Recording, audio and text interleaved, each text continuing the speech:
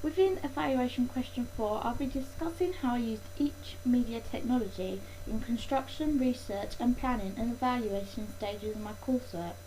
As you can see throughout my coursework, I have used a lot of different technology throughout. I'll be looking at the most important ones, which was Blogger, Wix, iMovie, Nikon D3100 camera, Final Cut Express and Adobe Photoshop. Throughout this video I will be discussing what they were used for and why, and analysing the disadvantages and advantages of each one. Blogger. Blogger throughout my coursework was one of the most dynamic free blog websites available. It allowed me to showcase all of my research, planning and construction. It is an online platform where I have been able to present all of my A-level coursework. Blogger perhaps the most popular of blogging platforms within its industry. I believe this is partly because Google has made the site popular as it is free, offering anyone the opportunity to manage and host their own blog. A reason for using Blogger is that it is free with better web exposure than other sites. Although I have used it for my AS coursework, it was used again because of its easy interface. It is very simple in its layout and does not take too long to process, install or embed or any other features. You are also able to create your own blog subdomain. To host my blog site, it is found under www.amystonemedia.blogspot.com, which allows people to access my work quickly. Using Blogger you can post content without fuss. Posting content is also straightforward, simple and quick, but it also makes editing your blog much easier. The Blogger platform can also be highly customised into themes. Moreover, the Blogger dashboard made it easier to manage all of my posts in one place. Blogger has a variety of features which makes it the perfect platform to use. The HTML feature is brilliant for allowing me to insert interactive content throughout my coursework. Blogger has a labelling method which is superb for managing to organise all of my posts and make it easy for them to navigate for the user. I use this media technology to present all of my research, and for doing so I believe it is one of the better blogging sites to use in comparison to WordPress, as it lacks the same capability to embed content. Therefore everything would have had to be posted through links, which does not have the same effect as Blogger does. This is because I could easily use and access other technologies within it. Blogger has allowed me to provide an interactive experience around my blog, with plenty of videos, podcasts and slideshows added. My planning could all be displayed on my blog. Throughout the construction I could post videos on how I made my final pieces. I could also display my final pieces as single posts so they can be looked at separately. I found that throughout my project my blog almost became a guide, as when I was stuck on something I could look back on my research or my initial plan to see how my ideas have now developed. I believe that Blogger is one of the most valuable technologies used throughout my project. One of the few disadvantages of using Blogger, however, is that it owns your blog site, meaning that it can exercise control over what ads you wish to display. But however, as I was not interested in this side of things, it did not interfere with any of my work or affect my opinion of Blogger. A feature that to some could appear as disappointing is that Blogger lacks plugins, but you can tweak the template to your taste, and although you can't fully customise the templates for your blog, they are limited. But it is what you make of it. I never found a problem, as the additional features made the disadvantages seem irrelevant. I would have not found satisfaction from using any other blogging site. The Blogger method was by far one of the best methods, as if I used a standard ring binder my work would have not had the same value to it, as it would not contain all its interactive features. It would not have been able to display my work on a digital basis. Wix. Although I love Blogger for my evaluation questions, I chose to use Wix. It is a free website building platform. Stunning and professional looking websites can be created by using one of their default templates, or you can choose to start from scratch.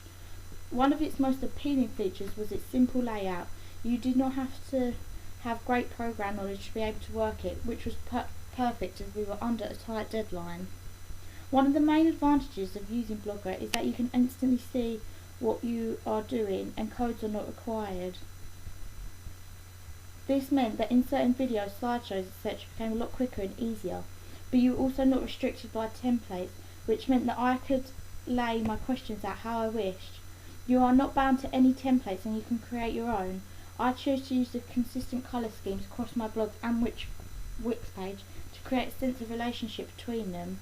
Wix allows the user to create a totally visual based environment, which is great for my evaluation questions, but because I could make them as fun and interactive as I wished, with a greater professional design look, which I don't believe necessarily that Blogger would have allowed me to do. It is a free template that can be used for a variety of functions. One of the beauties of Wix is that you can create a nice effects and animations without any knowledge of programming. You can also access your site as it is supported by tablets and smartphones. A disadvantage of using Wix is that it is not appropriate for professional businesses, which in my case was an issue, as all I wanted to use it was to present my evaluation questions on an interactive and visual basis. I did choose to use it over Blogger as I could be more creative, as I was not bound to templates or restricted. Also, inserting content was a lot quicker and simpler, which allowed me to focus more on the content of the questions. My Wix site also can be easily put onto my blog site, so I do have a link consistently between them both. I don't believe using Blogger and Wix is an either or option because their features and functionalities complement each other so well. iMovie.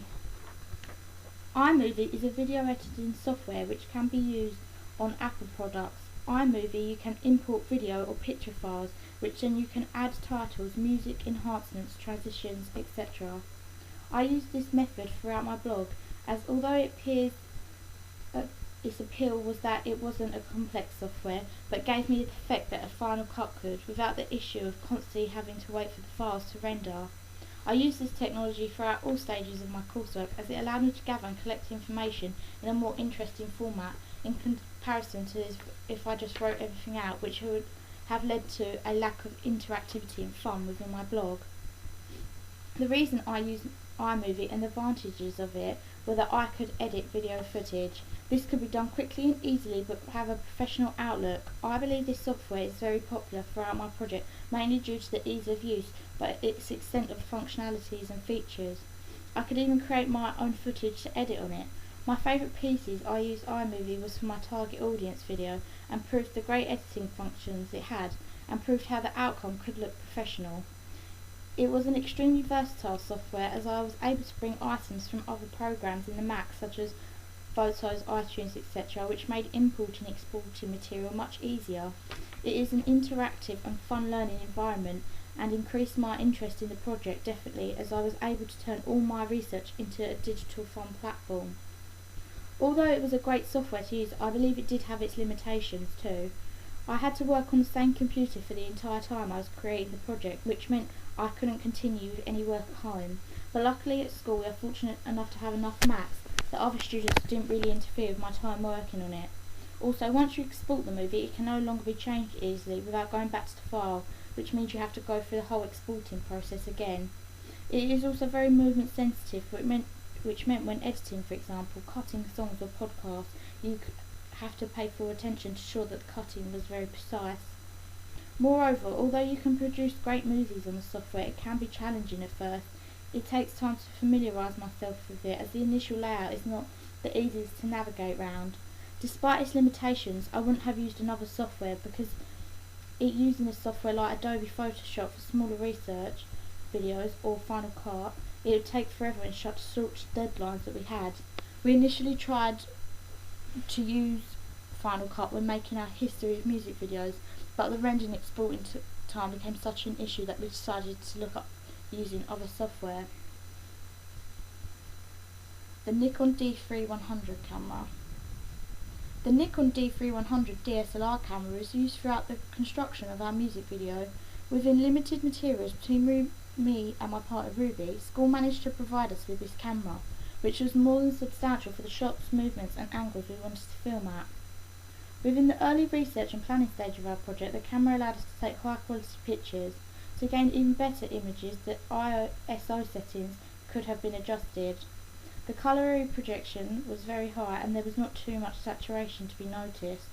The kit lens come in at 18 to 55mm, which does provide image sharpness. Although it is not up to as good the same standard as a professional, it was more than substantial for our work.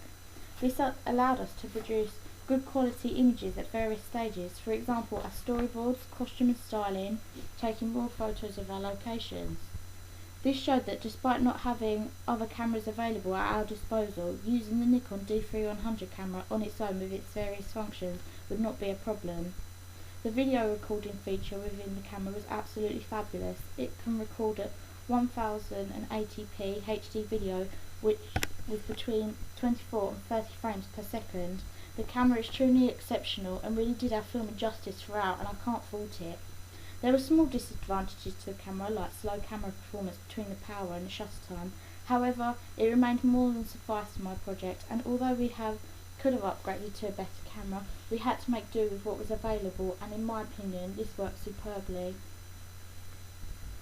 Final Cut Express. Final Cut Express was a video editing suite which I used in parts of my research, but mainly within the editing of my Final Cut. It was created by Apple, which was designed for advanced editing of digital video. Final Cut Express was considered a step above iMovie in terms of its capability, which was why we needed to use it in our final pieces. Within Final Cut, you can keyframe filters and motion path keyframing make it easier to edit. You can also use split screen effects, which I used so you were able to see the difference between my rough cut and Final Cut. Audio tracks and footage could be put together in sync quite easily. The two-way colour correction was a useful way of sharpening some of our footage, so I believe it was necessary for the tools for us to produce a music video, which also provided a professional outlet to ensure that it looked like a real media product.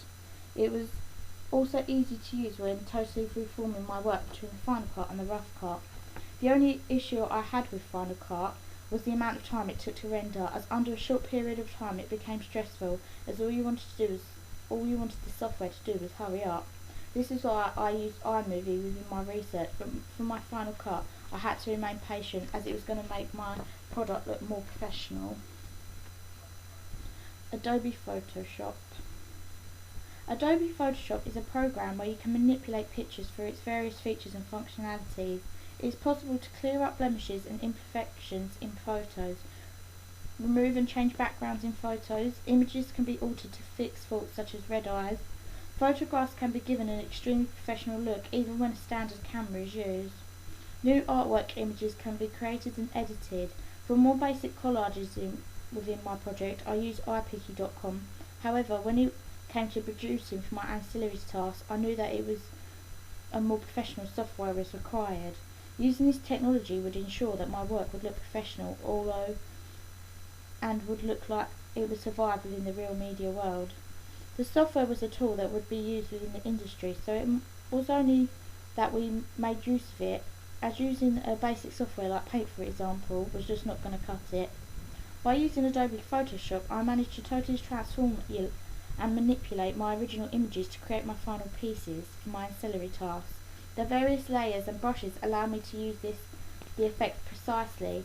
Then when we used each effect, such as brightness and contrast, hue, saturation, levels and curves, etc., Photoshop was the best software we could use, as its leading digital image application for the internet.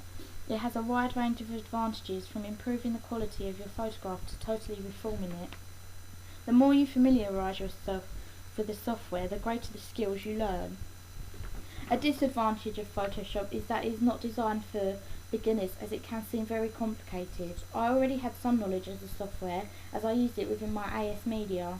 There was a lot of different tools and functions, so it does require patience at first. But if you are stuck on anything, on YouTube there are tons of tutorials which you can watch, which was what I referred to sometimes, as they were free and didn't take long. I looked at one in particular and I was looking how to change her hair colour in my initial ancillary task, although it was not used in the end. Photoshop also takes up a large amount of room on the computer, and I had issues of this because I didn't have the software at home. All my work had to be done on the computer at school, as I wasn't able to use the tools anywhere else. An alternative to Photoshop would have been GIMP, in an open, secure imaging editing software, as it does share similar capabilities. It is also free and open source.